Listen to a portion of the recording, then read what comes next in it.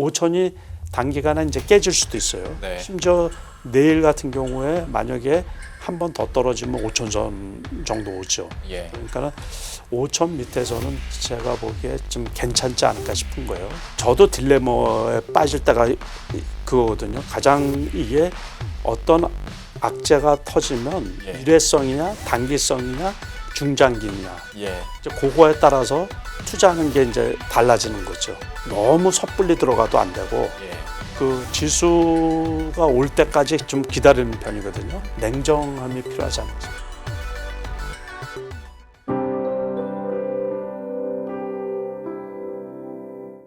베스트인컴 남석관 회장과 함께하도록 하겠습니다. 어서 오십시오. 예, 안녕하세요. 반갑습니다. 안녕하십니까. 반갑습니다.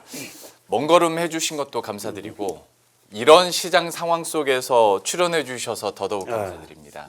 아무래도 이제 출연자분들 입장에서도 지금의 상황에 대해서 어떻게 파악하고 또 투자자들에게 설명해야 될까 고민이 많으실 것 같은데 일단은 이슈에 따라서 우리가 전략적인 부분을 설명을 하기 전에 변동성이 이렇게 커지고 코스피가 막 5%, 6% 장중에 10% 가까이 움직이는 요 근래 장들 회장님께서는 좀 어떻게 보고 계십니까? 처음 봤죠, 저도. 그러니까는 그 엊그제 코스피가 12%까지 하락을 하고 네. 그다음에 또 10%대 이제 반등 상승을 하고 그러니까는 그 전부터 지난해 12월부터 그랬죠. 12월부터 또 랠리를 보여가지고 예. 1월달 같은 경우 거의 그 폭등 수준이었잖아요. 네. 그러다가 이제 과도하게 올라온 것도 있죠. 과도하게. 그리고 2월 말일 날 우리가 3월 1일 날 이제 이란 전쟁이 네. 이렇게 발생을 하면서 지수 변동성이 상대적으로 엄청 큰데 그거는 그 1, 2월 달 상승분에 대한 그 이익 실현 차원에서 이제 외국인 매도세가 강하게 나오고 예. 거기에다가 또 이제 개인 매수세가 그 상승장에 참여를 못한 그 개인 매수세가 이게 이제 저가 매수세로 급하게 이제 들어오다 보니까는 예. 거기에서 이제 변동성이 크게 발생을 하는 거죠. 네. 지금 그 외국인 입장에서는 매도세가 강하게 나오는데 외국인은 지금도 수익이 많이 난 상태거든요. 그러다 보니까는 이참에 이제 그거를 빌미로 해가지고 매도세가 강하게 나오는 편이죠. 예. 근데 거기에 또 오늘 같은 경우도 그렇고 지난번에도 그렇고 그 개인 매수세가 아주 그 급하게 들어오는 편이거든요. 예. 그러다 보니까 장중 변동성이 그 외국인 기관 매도세가 나올 때 급락을 하다가 또 개인 매수세가 들어오면 그 낙폭을 이렇게 조금 줄이고 그 장세가 지금 이번 주, 지난주부터 계속 이어지고 있는 거예요. 이렇게 그런 상태이기 때문에 변동성이 엄청 큰 상태죠. 조 단위의 순매수, 순매도가 일일로 나오다 보니까 당연히 이제 지수 자체의 변동폭도 커질 수 있는데 말씀하시다 보니까 그러니까 이런 우리가 요즘에 제일 많이 하는 말 중에 하나가 우리나라에서 전쟁 났냐? 약간 이런 말이잖아요. 그러니까 그 외생 변수에 대해서는 이해를 하고 여기에 대한 조정은 이해를 가는데 유독 우리나라의 낙폭이 좀 크다 보니까 결국에는 앞서 말씀해 주신 것처럼 워낙 1, 2월에 많이 올랐으니 그 비중을 기계적으로 덜기 위해서라도 좀 매물이 외국계로부터 많이 나올 수밖에 없다라고 얘기를 해 주셨는데 그러면 이거를 조금 더 비관적으로 걱정스러운 마음에 봤을 때 그러면 다시 외국인들 입장에서는 이 전 수준의 코스피 코스닥이 올 때까지 그러면 지금 팔겠다는 건가? 그렇지는 않을 거로 이런 걱정이 들 수 그렇죠. 그렇게 볼 수는 있는데 이제 그렇다고 한국 시장을 떠나는 건 아니고 이 과도하게 이제 그 미국에서도 나스닥 같은 경우에도 그 반도체 지수 이제 쉽게 말해서 그 엔비디아 같은 경우 제가 보기에는 단기 고점을 찍지 않았나 그렇게 생각이 들거든요. 그러니까는 결국에 상대적으로 우리나라 그 투톱 반도체 투톱 하이닉스하고 삼성전자가 과도하게 올라온 거가 있잖아요. 그러니까는 거기에 이제 매도세가 집중이 되는 거예요. 지금 다른 거보다 또 다른 종목들은 그 외국인 입장에서 그래도 이제 수익이 날 수 있다고 생각하는 쪽 또는 저평가됐다고 생각하는 쪽은 매수를 하고 있거든요. 예. 그러니까는 유독 이제 삼성전자하고 하이닉스 비중이 높다 보니까 그거를 집중적으로 매도를 하다 보니까는 이 낙폭이 크게 나타나는 거죠. 네. 올라갈 때도 역시 마찬가지였었거든요. 예. 삼성전자, 하이닉스가 집중적으로 올라가다 보니까는 상승장에서 1월 달 같은 경우도 하이닉스 같은 경우가 11%, 12%씩 올라갈 때가 있었거든요. 네. 그러니까 그거는 과거에는 생각도 못했고 그런 거를 본 적도 없죠. 네. 그러니까 그게 역으로 이제 거기에서 집중적으로 지난주 금요일 날에도 기관도 그렇고 외국인도 그렇고 순매도 1, 2위가 삼성전자, 하이닉스거든요. 그러다 보니까는 이제 상대적으로 그게 낙폭이 이렇게 크게 나타나는 거고 그렇다고 해서 이제 그 국내 시장을 이렇게 떠나는 건 아니고 너무 이제 이렇게 상승을 하다 보니까 거기도 제가 생각할 때는 그런 거예요. 자산운용사나 큰 이제 그 금융기관에서 비중이 너무 높단 말이에요. 네. 이게 가격이 올라가니까 비중이 높아진 거예요. 네, 네. 매수를 해서 그런 것도 있지만 그러니까 비중을 조절하는 차원도 있을 거고 네. 또 우리나라 시장 자체가 지금 신흥국 증시에 포함이 되어 있잖아요. 그러니까는 어느 정도 그거로 인해서 덜어야지 될 부분이 있을 거라고 생각이 들거든요. 예. 우리나라 그 국민연금이 지난번에 그 짝이 난 것처럼 네, 네. 예를 들어서 이제 그러다 보니까 이렇게 매도를 하는 거지 뭐 전체적으로 버리고 그러는 장은 아니죠. 말씀해 주신 것처럼 ETF 안에 단일 종목에 대한 캡이 있기 때문에 워낙 주가 자체가 많이 올라서 순자산 가치가 높아지는 바람에 그걸 인위적으로 좀 줄이려는 움직임도 있습니다. 그거하고 아마 맞닥뜨리지 않았나 싶은 거예요. 그러니까 이제 어느 정도 주가가 떨어질 때든가 그러면 그리고 이제 대외 변수 뭐 이란 전쟁이 휴전이나 이렇게 끝이 나는 시그널이 나오면 예. 주가도 급반등할 거로 보고 있거든요. 그러면서 그럴 때 되면 뭐 순매수가 들어온다든가 그렇게 이제 상황이 달라지겠죠. 그러면 이제 엔비디아가 흔들릴 때도 이 얘기가 나오긴 했었는데 다시 마이클 버리라는 인물이 다 부각이 됩니다. 이렇게 좀 흔들리고 힘들 때 우리나라 그 증시를 콕 집으면서 이제 코스피나 코스닥 그러니까 국내 대한민국 증시가 이렇게 급등락을 하는 것 자체가 좀 불길한 사태의 전조다 얘기를 하면서 또 얘기했던 게 이제 외국인 그 기관 투자자들이 데이 트레이딩을 한다는 것 자체가 지금은 되게 큰 리스크다라고 얘기를 하더라고요. 좀 외국계 동향들에 대해서는 그 자금 흐름도 어떻게 보고 계십니까?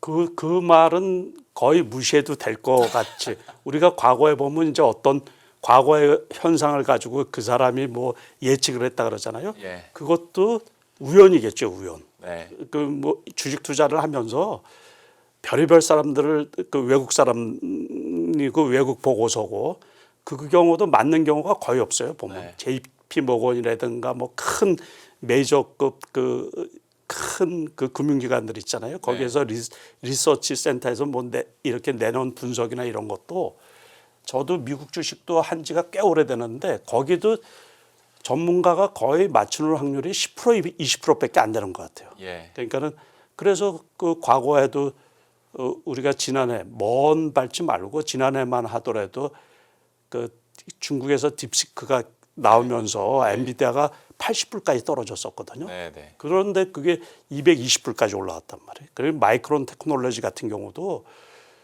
그러니까는 그런 분석은 거의 무시해도 되지 않을까 싶은 거예요. 그러니까 이제 우리가 단지 지금 말씀하신 것처럼 기간이 트레이딩을 했거든요. 그게 5,000포인트 넘어서부터 그랬던 거예요. 그러니까 저는 제가 직접 트레이딩을 하는 사람이라 항상 그 동향을 계속 보고 있거든요. 네. 그러니까는 5,000포인트 넘으면서 기관 매수세 또 금투라고 우리 이제 증권 쪽 네. 그쪽에서 대규모 자금이 들어오면서 트레이딩을 매매를 하는데 그때부터 계속 트레이딩 개념이에요. 그러니까 우리가 지난해 6월 우리가 대선 있을 때 그때 지수가 2,670포인트대였었거든요. 그러니까 3,000포인트 넘으면서 그 4,500포인트 거기까지는 그 중장기 투자를 했던 거예요. 쭉 예. 갖고 왔었거든요.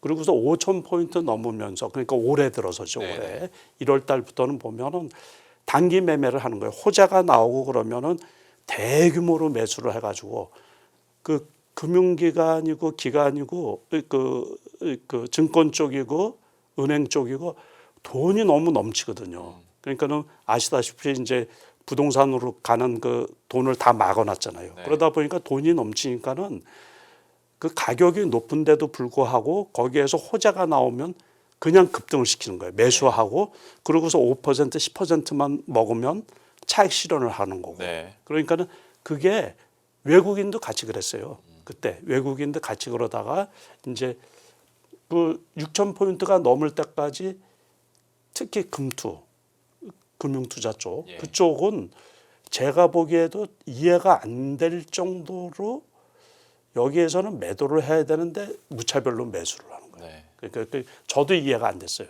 그런데 그러다가 이제 그 이란 공격하면서 시장 분위기가 이제 달라진 거죠. 네. 미국에서도 나스닥의 급락세가 나오면서 그러다 보니까 이참에 이제 차익 실현을 하고 이게 판이 조금 달라진 거죠. 그러니까 증권 시장 분위기 자체가 네. 그렇게 이제 보면 되지 않을까 싶은 거예요. 아, 알겠습니다. 사실 해외 IB들의 리포트나 투자 의견이 막 180도 확확 달라지는 걸 우리가 너무 많이 봐서 거기에 대한 공감은 충분히 되고 조금 더 그러면 현상적인 부분에 대해서 그러면 한번 이야기를 해보겠습니다. 사실 지금 제일 걱정되는 것 중에 하나가 물론 해외 중동 사태도 사태지만 여기에 따른 이제 유가 상황들과 환율 상황인데 사실 이런 전쟁 사태가 생각보다 뭐 금방 끝날 거야 그렇게 크게 영향을 안 줄 거야라고 했던 초기만 하더라도 국제 유가도 이렇게까지 뛰진 그렇죠. 않을 거라고 생각을 했는데 오늘 장중에 뭐 115달러 그렇죠. 넘었었습니다. 배럴당. 유가 상황 좀 어떻게 보십니까? 그거는 우려할 만한 거죠. 저 역시 이 우리나라 이제 주식 시장이 큰 타격을 받는 것 중에 하나도 우리나라는 원유고 뭐고 다 수입을 하는 거 아니에요. 그러니까 그 원유 가격은 다른 물가에도 직격탄을 날리는 거거든요. 전부 다. 그러니까 뭐 농수산물이 수산물은 제외하더라도 우리가 과일 가격 자체도 그렇고 모든 게 다 유가하고 관련이 있다 보니까 우리 경제에는 아주 민감하게 작용을 할 수밖에 없는데 제가 염려하는 것도 그거거든요. 그러니까 우리가 이제 러시아 우크라이나 전쟁 자체도 이렇게 오래 갈 줄 몰랐잖아요. 예. 그리고 트럼프가 요번에 이제 그 이란을 공격한 것도 어떤 그 계산이 있었을 거 아니에요. 정치적으로. 그런데 그게 예상대로 안 되니까는 공격을 한 거라고 생각이 들거든요. 네. 그러다 보면 트럼프가 생각했던 것처럼 미국에서 생각했던 것처럼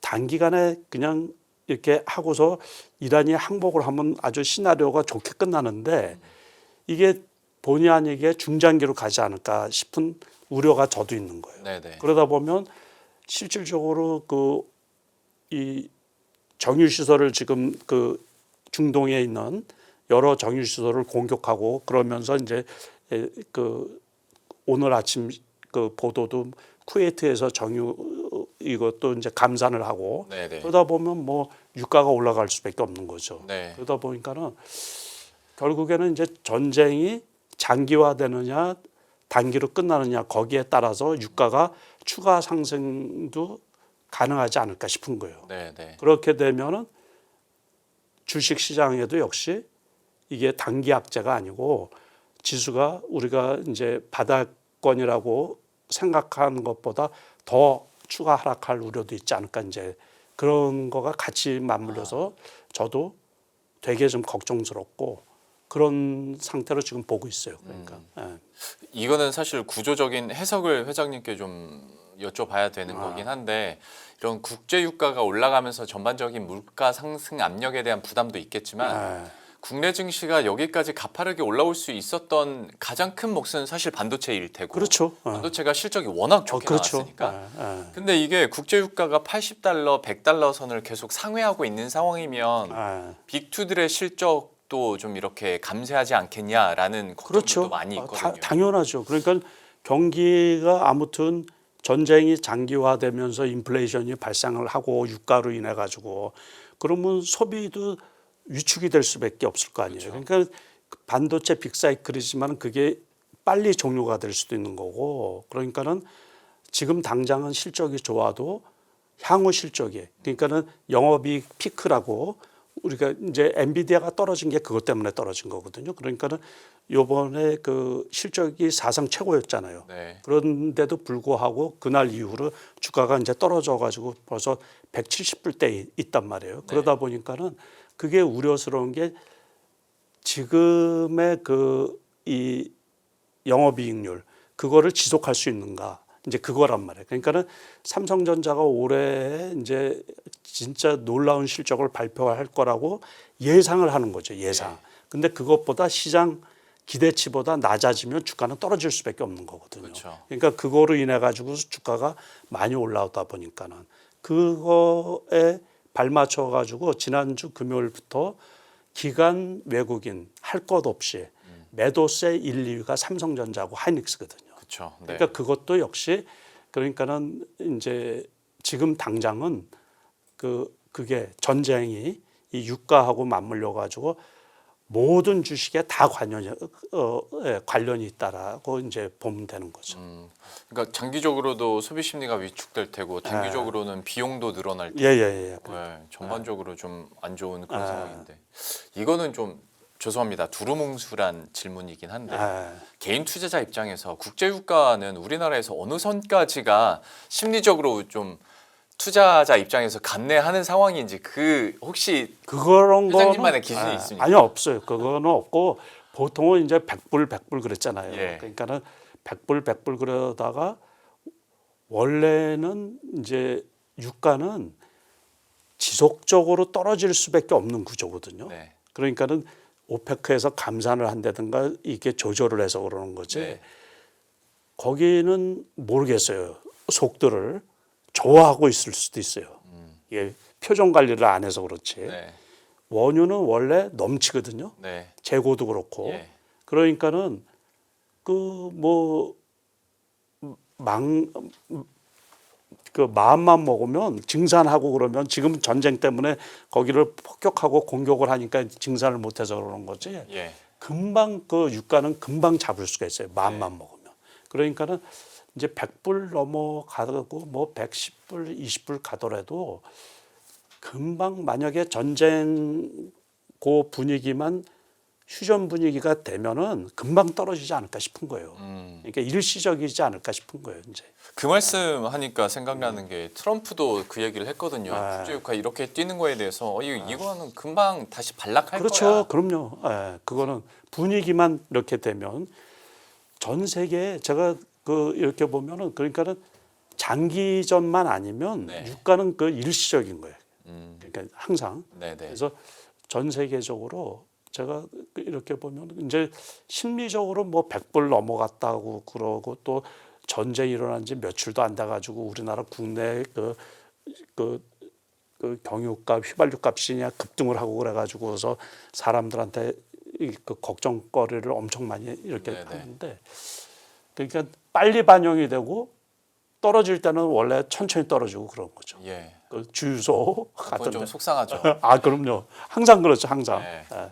중동 원유 아직 도착도 안 했었는데 벌써 그렇게 물론 올리는 선물로 거래를 한다고 그러지만은 항상 이참에 이제 한몫 챙기자라는 게 항상 있겠죠. 네네. 예. 그건 정부에서도 아. 인지를 하고 있는 것 같은데 아. 뭐 이건 좀 다른 얘기니까 그렇다 쳐도 유가 상황은 언제든지 수요와 공급으로 조절은 할 수는 있는데 그렇죠. 지금의 이런 가파른 상승세가 일단 부담은 되는 건 맞고 아, 그렇죠. 장기화되지 않기만을 바랄 뿐이에요. 예. 그러면 회장님께서 보시기에 유가가 만약에 이제 좀 잡힌다고 했을 때 뭐 트럼프도 어쨌거나 가장 수출을 현재로서 원유를 많이 수출하고 있는 미국이 이제 그냥 반락할 거라고 얘기하니까 믿고 봤을 때 가장 큰 리스크는 그러면 회장님 입장에서는 뭘로 보십니까?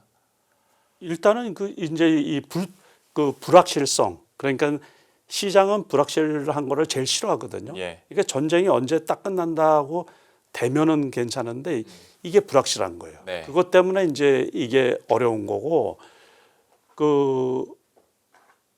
일단은 이제 기관하고 그 제가 제일 주의 깊게 보는 쪽이 항상 그 금융 쪽이거든요. 그러니까 금융 투자 쪽, 네. 다시 말해서 증권 쪽. 예. 우리가 그 매매 동향 이렇게 살펴보면 네. 거기에서 이제 코스피 매도 매수에서 금융 투자 쪽이 이제 매도세가 이게 매수로 전환되든가 네. 그러면은 이제 매수해야 될 때가 아닌가 싶은 거예요. 그러니까는 네. 오늘 같은 경우는 저기 이 기관에서는 한 1조 5천억 정도 그때 이제 순매도가 있었고 예. 그 이 금융 투자 쪽에서도 1조 한 2천억 맞습니다. 예, 그 정도 이제 매도한 거로 제가 아까 보고 왔는데 네.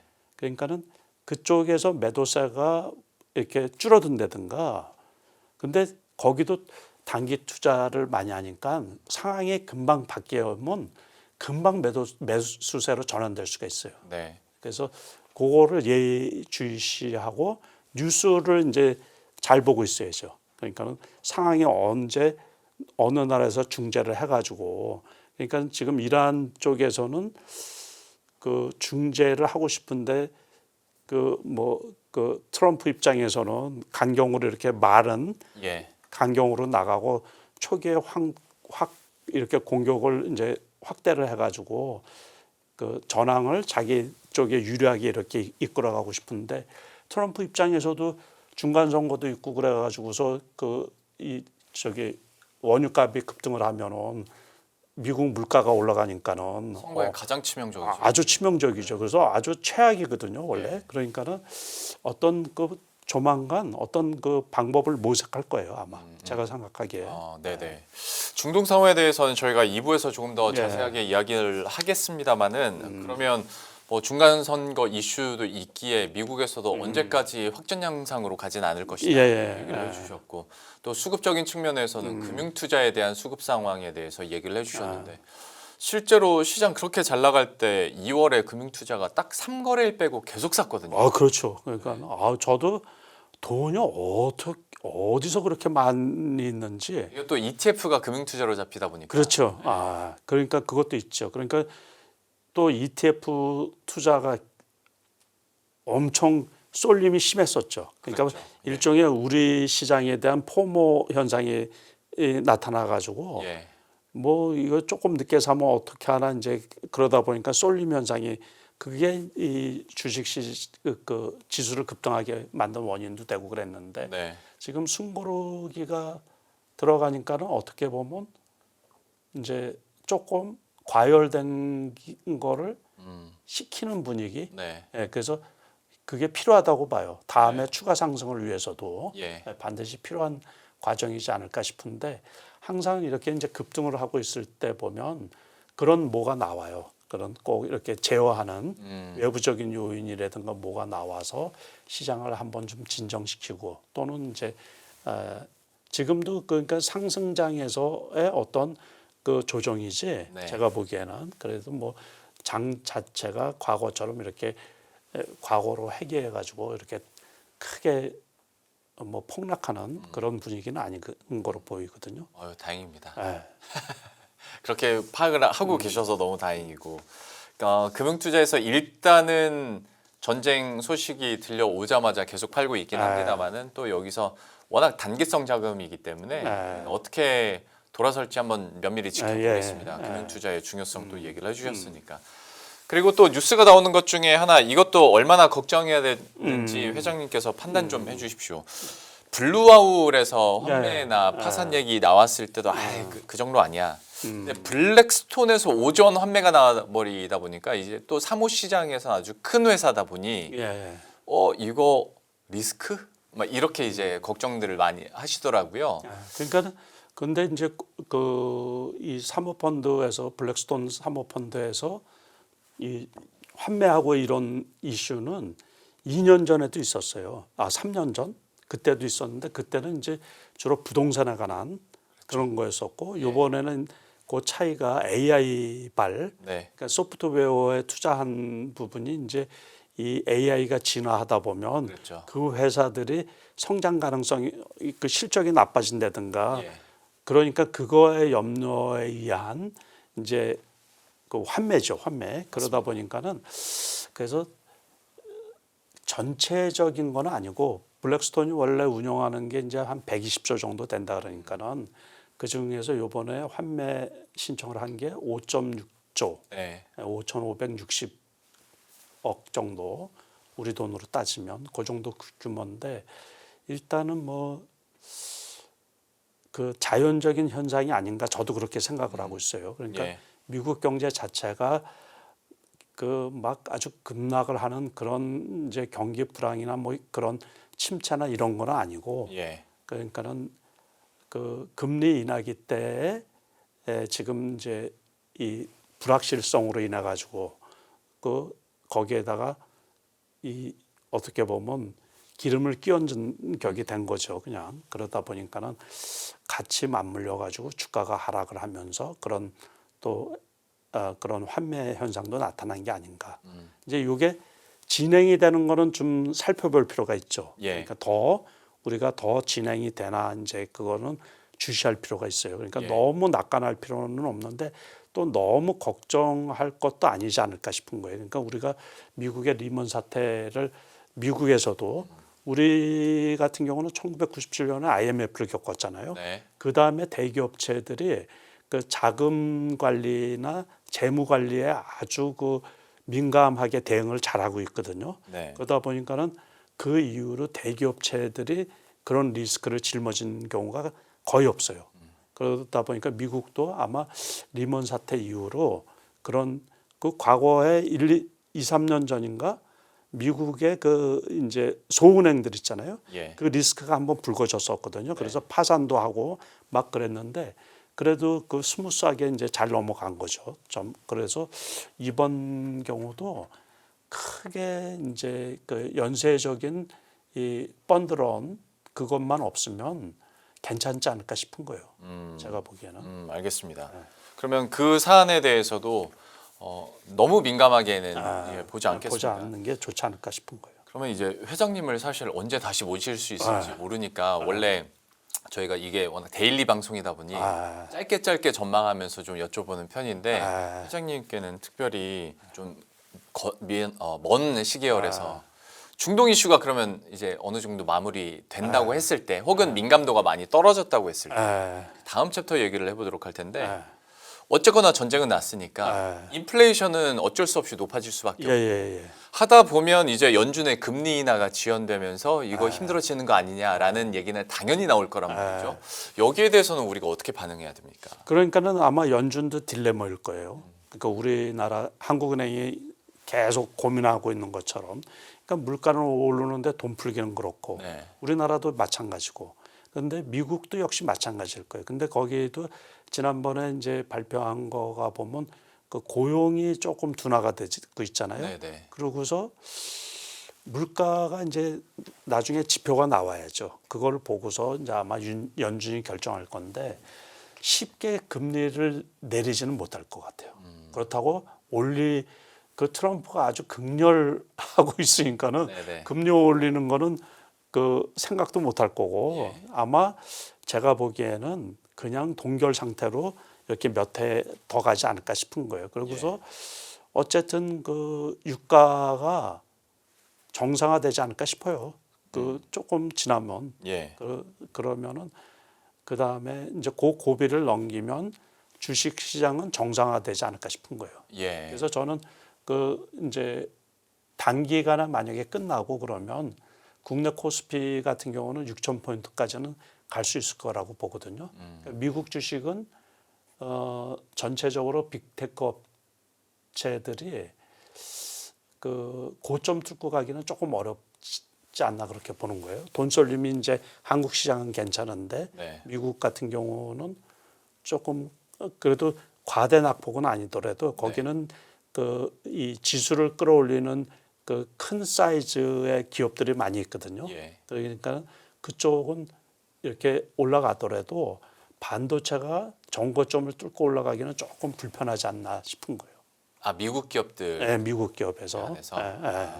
거기는 좀 탄력이 좀 상대적으로 떨어질 떨어진 거라고 거죠. 예상하시는 예, 예. 이유는 어떤 요소 때문일까요? 그러니까는 그렇게 이제 혁신적으로 끌고 온 게 우리가 3, 4년 전에는 테슬라였거든요. 네, 그 다음에 이제 2, 3년 전부터 엔비디아가 끌고 왔던 거예요. 네, 네. 그러니까 두 기업을 제외하고서 새롭게 시장을 끌고 갈 아직까지는 안 보이는 거예요. 아하, 그러다 보니까는 그 혁신적인 그 미국 이 빅테크 업체들 중에서 아주 세상을 리딩할 선도 기업이 아직까지는 안 보이는 거예요. 아, 그리고 이제 그 아시다시피 HBM 같은 경우는 이 경쟁이 격화되잖아요. 네, 그러다 보니까 엔비디아가 95% 점유율을 갖고 있었거든요.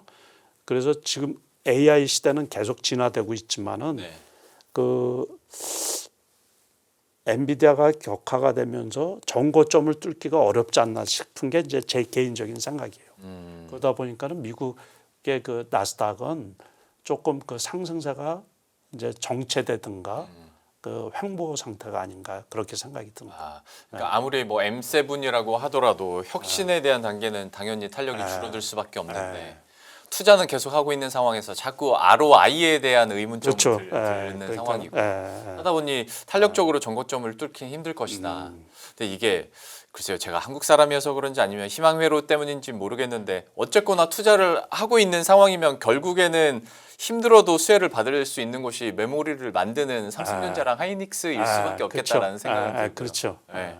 참 그렇습니다. 그러면 어느 정도 이제 시장이 다시 안정이 되고 우리가 다시 한번 반등을 했을 때 회장님께서 눈여겨보고 계시는 섹터가 혹시 있으실까요? 거기는 여러 군데가 있죠. 여러 군데. 그러니까는 만약에 이제 원래 그 스페이스X 관련 주식이 스페이스X가 6월경에 상장 예정이었거든요. 하려고 했었죠. 예. 예, 그런데 그게 이제 어떻게 될지 모르겠지만 네.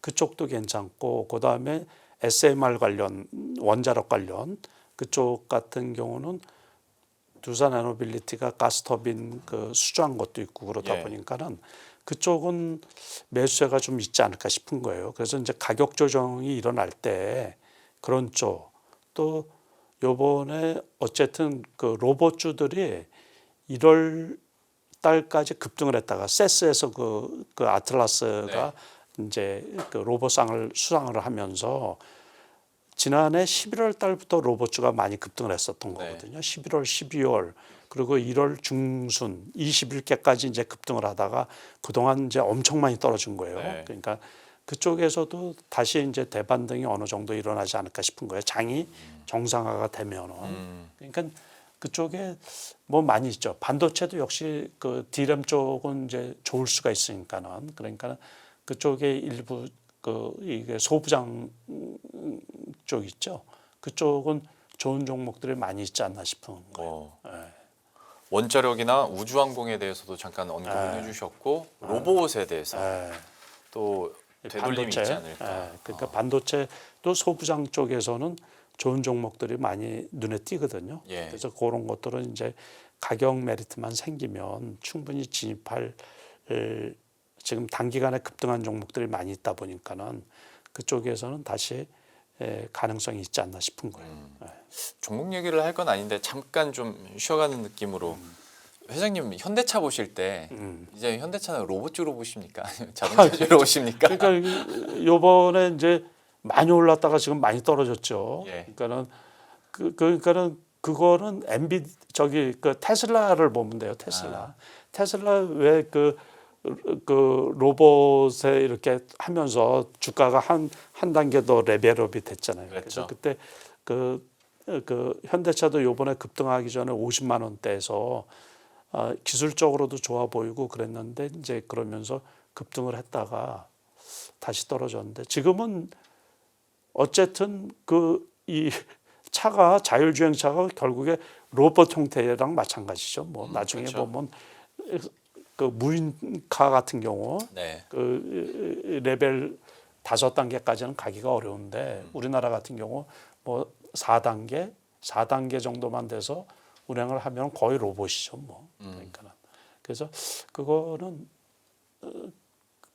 그래도 자동차도 괜찮죠. 뭐 자동차도 좋고 네. 현대차야 그 전기차도 괜찮고 그러니까는 그래서 현대차는 좋게 보고 있죠. 아, 예. 아니 꼭뭐 종목에 대한 투자 의견을 여쭤본 건 아니었는데 요즘에 자꾸 저는 현대차를 로봇주 할 때 그렇죠. 생각이 이제 나는 종목이라 한번 맞아요. 예, 농담 반 진담반으로 한번 여쭤봤고 아, 남은 시간은 이제 개인 투자자들이 이 시간을 어떻게 좀 견디면서 헤쳐갈 수 있을까에 대한 좀 해안을 좀 그래서 들어보고 싶습니다. 지금 장은 어쨌든 예. 이제 이게 저도 딜레마에 빠질 때가 그거거든요. 가장 이게 어떤 악재가 터지면 예. 일회성이냐 단기성이냐 중장기냐 예. 이제 그거에 따라서 투자하는 게 이제 달라지는 거죠. 그러니까 이럴 때는 이게 너무 섣불리 들어가도 안 되고 예. 그러니까는 그래서 지수가 올 때까지 좀 기다리는 편이거든요. 네.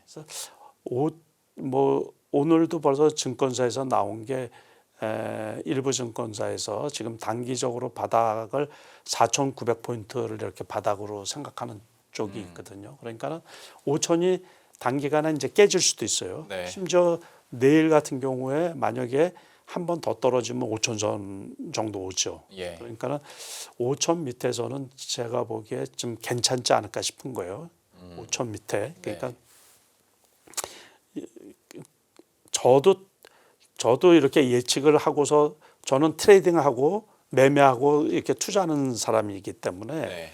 저는 제가 말한 대로 보통 투자를 하거든요. 예. 그런데 그게 틀리는 경우도 꽤 많이 있죠. 그 틀리는 경우도 보통 이제 맞는 경우가 한 70%, 틀리는 경우가 한 30% 정도 되거든요. 네. 그래서 틀릴 때는 대응을 하기 때문에 근데 일반 분들이 이렇게 투자를 하실 때 그러니까 최악인 경우 어디까지 떨어져도 내가 감내할 수 있나 그리고 다음에 정상화되면 가장 빨리 올라갈 종목 그거에 투자하는 게 제일 좋죠.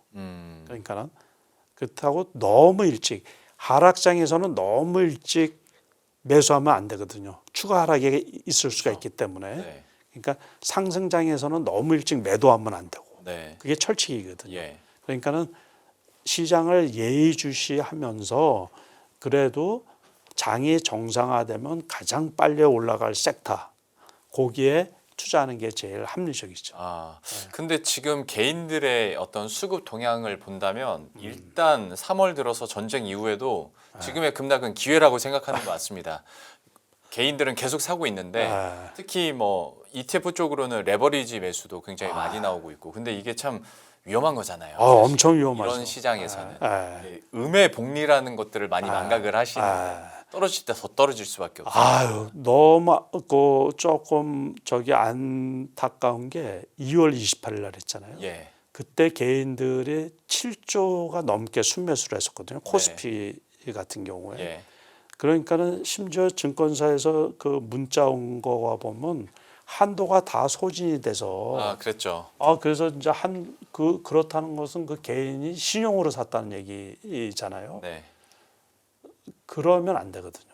그러면 뭐 그 한 이틀 떨어지면 반대 매매 나가고 그러는데 그래서 이제 그게 이제 포모 현상이죠. 그러니까 그러다 보니까는 지난번 상승장에서 소외된 개미들이 개인 투자가들이 엄청 많이 들어왔는데 시장을 잘 냉정하게 보고 아까 말씀대로 기관이 판다고 그동안에 샀던 기관이 판다 그러면 저는 기관을 제일 중요시 여기거든요. 예. 그래서 기관하고 금융투자 쪽 거기에 따라서 대형주 있죠. 네. 그 대형주는 거기에 따라서 대응을 하거든요. 이 장에서도 매수하는 쪽은 괜찮고 이 장에서도 매수하는 그 종목이나 그런 게 있잖아요. 네. 그런 쪽에는 투자를 해도 괜찮죠. 그 기관이나 그 금융투자 쪽에서 매수하는 종목이 있을 거 아니에요. 네, 네. 그러니까 그런 쪽은 괜찮고 그렇지 않고 그냥 삼성전자나 하이닉스 반도체가 좋다고 해서 시장이 급변하기 때문에 그 일주일이 다르고 막 며칠 사이에 달라지잖아요. 네. 그러니까는 너무 이제 편중돼 가지고 좋다라는 그쪽에 이렇게 매수할 게 아니고 조금 냉정함이 필요하지 않나 싶은 거예요. 그러니까 시장을 그러면서 다음에 올라갈 때 버틸 수 있는 종목. 그러니까는 현금으로 사면 버틸 수 있죠. 만약에 지수 5천 초반이나 5천 밑에서 사면은 제가 보기에 반도체도 어느 정도 회복은 되거든요. 네. 정고점을 뚫느냐 못 뚫느냐는 이제 다음 문제고 5천 초반에서 산 거는 충분히 회복될 수 있을 거라고 보고 있거든요. 네네. 그러니까 너무 높은 데서 신용으로 무리하게 사는 건 조금 무리다. 이제 그렇게 말씀을 드리고 싶은 거예요. 개인 투자자 입장에서 유의하셔야 될 부분도 분명히 얘기를 해주셨고 오늘 어떤 금융투자발 수급에 대한 중요성을 계속 강조를 해주시는데 물론 매일 들어맞는 건 아닙니다만은 장중의 흐름 자체도 금융투자의 매수세 움직임과 많이 연동이 되더라고요. 그렇죠. 최근에. 그쪽은 아무래도 기관보다는 더 증권 쪽의 전문 그렇죠. 집단이다 보니까는 그러니까는 그쪽이 제일 빠르죠. 매수나 매도나 뭐 이런 거나 수익률도 제일 낮지 않을까 싶습니다. 그래서 매매 타이밍이나 혹은 종목 선정이나 그 방향성을 잡는데 이것도 이 수급의 흐름도 하나의 좀 힌트가 되지 않을까 싶어서 또 회장님께서 강조를 많이 해주신 것 같고 또 개인 투자자들이 지금 시장에서 또 어떤 생각과 마음가짐을 가지고 좀 투자를 해야 되는지도 말미에 들었으니까 여러분들도 좀 잘 적용을 하셨으면 좋겠고요. 회장님과는 이 정도로 마무리 짓고 인사드리도록 하겠습니다. 베스트인컴 남석관 회장과 함께했습니다. 오늘 말씀 고맙습니다. 감사합니다.